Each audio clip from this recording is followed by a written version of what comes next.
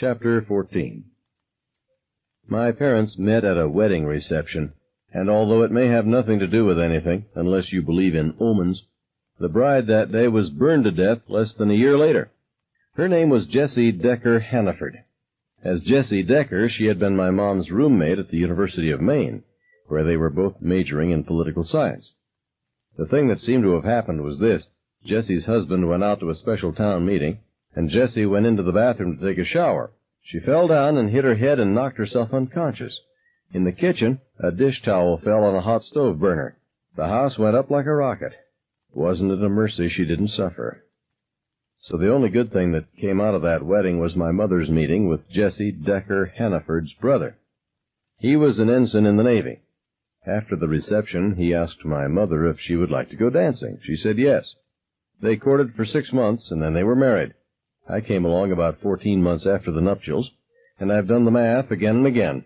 As near as I can figure, I was conceived on one of the nights just before or just after my father's sister was being broiled alive in her shower cap. She was my mom's bridesmaid. I've looked at all the wedding pictures, and no matter how often I've looked, it always gives me a weird feeling.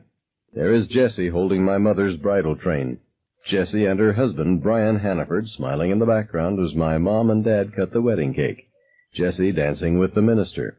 And in all the pictures, she is only 5 months away from the shower and the dish rag on the hot stove burner.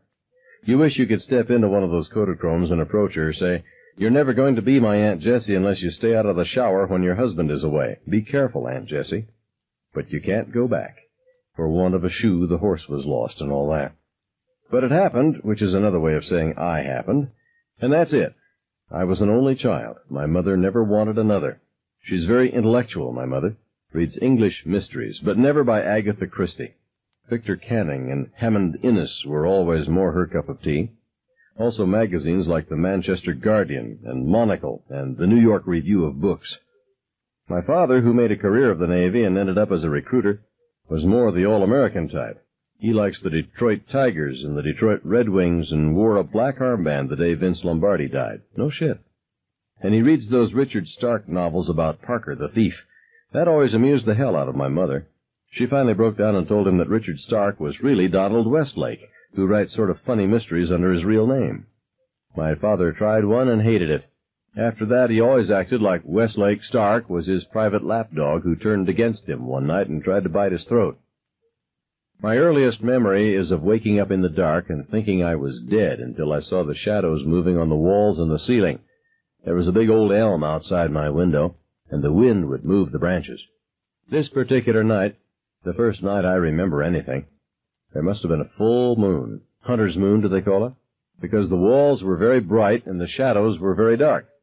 The branch shadows looked like great moving fingers. Now when I think of it, they seem like corpse fingers. But I couldn't have thought that then, could I? I was only 3. A kid that little doesn't even know what a corpse is. But there was something coming. I could hear it down the hall. Something terrible was coming. Coming for me through the darkness. I could hear it creaking and creaking and creaking. I couldn't move.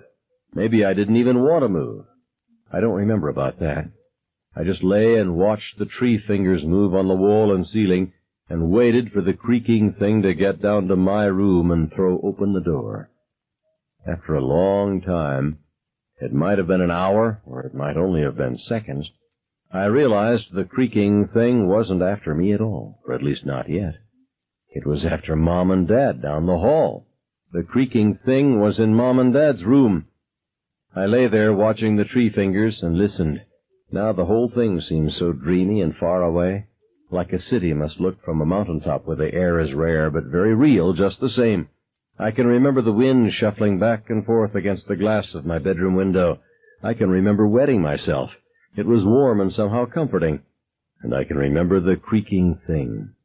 After a long, long time, I can remember my mother's voice, out of breath and irritable and a little afraid. "Stop now, Carl." Again the creaking, furtive. "Stop it."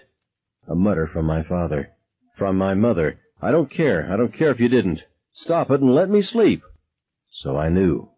I went to sleep, but I knew. The creaking thing was my father.